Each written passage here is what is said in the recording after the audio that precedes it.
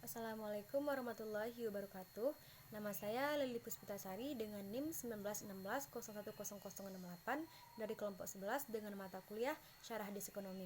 Baiklah, saya akan menjelaskan materi dari kelompok kami yang berjudul tentang hawalah.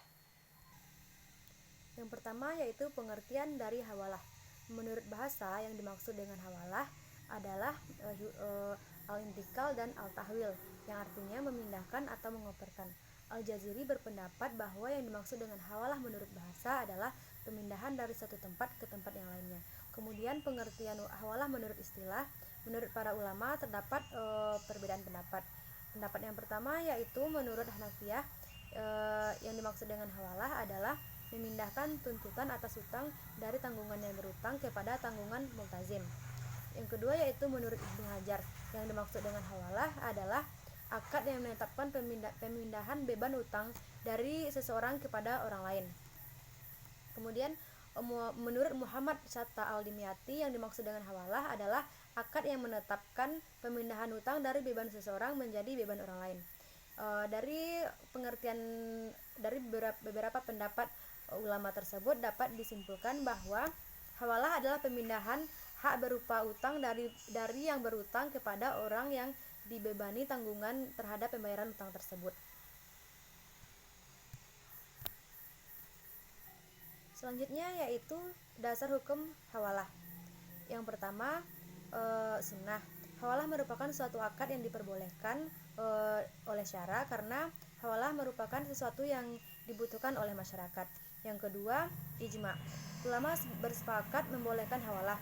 Hawalah dibolehkan pada utang yang tidak berbentuk barang atau benda, karena hawalah adalah pemindahan utang. Oleh karena itu harus pada utang atau kewajiban finansial. Selanjutnya yaitu rukun hawalah. Menurut mazhab Hanafi, rukun hawalah ada dua, yaitu yang pertama ijab yang diucapkan oleh muhil, dan kabul yang diucapkan oleh muhal atau muhal alaih. Sedangkan rukun hawalah menurut mazhab Maliki, yang pertama yaitu orang yang memindahkan hutang, yang kedua hutang yang dipindahkan, yang ketiga ijab dan kabul. Sedangkan menurut mayoritas ulama, rukun dari hawalah itu yaitu yang pertama muhal, yang kedua muhil, yang ketiga muhal alaih, yang keempat muhal bih, yang kelima utang muhal alaih kepada muhil, yang keenam sikhat.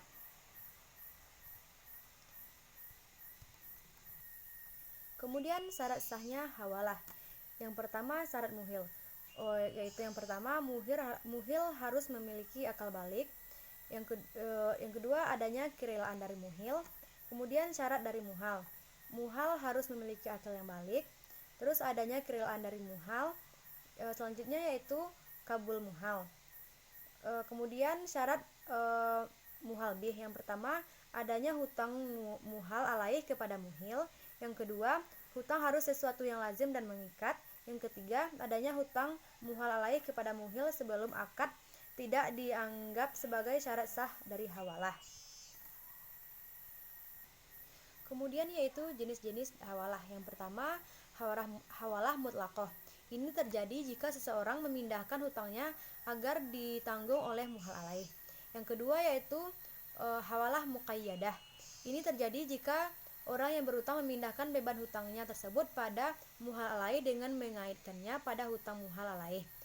Yang ketiga yaitu hawalah al-haq, pemindahan atau piutang dari seorang pemilik utang lainnya. Yang keempat yaitu hawalah al-adain. Hawalah ini merupakan lawan dari hawalah al-haq. Selanjutnya yaitu hukum yang terkait